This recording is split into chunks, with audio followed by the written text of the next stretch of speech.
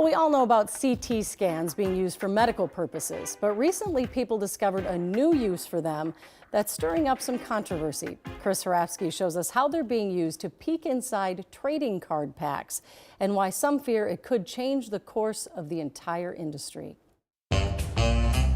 From tobacco packs to Cracker Jacks, sports cards were born as a marketing tool in the 1860s. Today, Tom Brady! A massive market of its own, with Pokemon cards worth millions, and sports packs with pieces of game-worn uniforms. Trading cards have become an estimated $15 billion market. But the card industry has a superhero-sized problem: X-ray vision. Being able to look inside a pack of Pokemon cards without opening the pack. Welcome back to Wayne's Strange Brain. 2 years ago, a young engineer named Aaron Wayne purchased 2 used CT scanning machines for $1,500 off eBay. And just like CAT scanning for a human body, it uses two-dimensional X-rays. It takes many X-ray images and then creates this three-dimensional reconstruction of the inside of an object. Early when I started, kind of wondered about whether you could look inside a pack of trading cards. So he scanned them.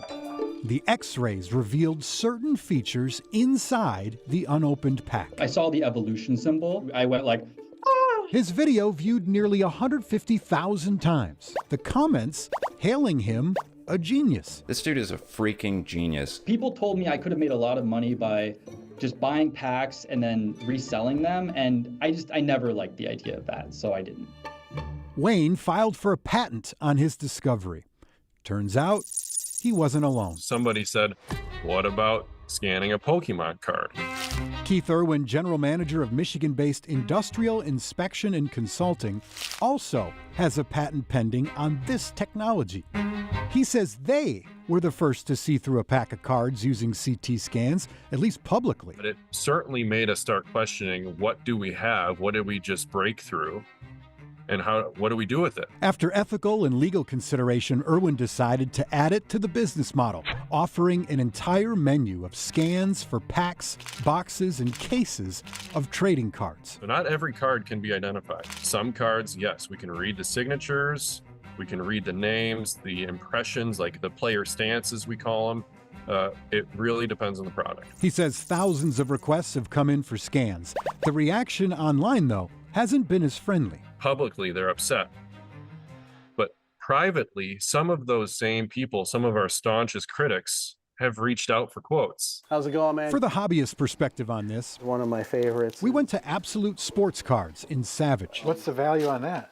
$2,700. Here, the chance inside every pack is revered. We want the customer to be able to have the chance to hit. And the idea of hacking the system with CT scans, at least for manager Dominic Tortorella, I personally don't agree with it at all. is unwelcomed. How do I know now that I might have something good in there if people are scanning it? What would say they don't open it themselves and I'm getting just whatever's left? You might be wondering, as we did, just how good these scans really are.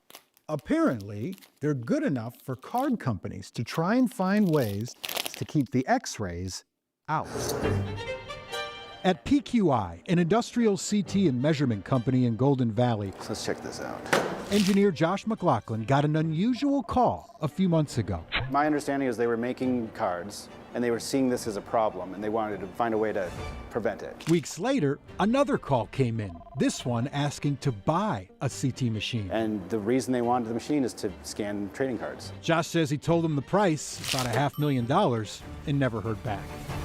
But since we're here, Can we experiment? Have to. Yes. we started with a sealed pack of Pokemon cards.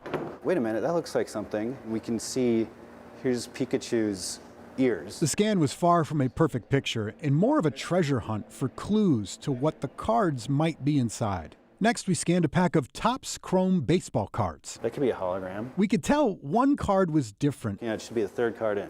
Yep, that worked out better than I expected.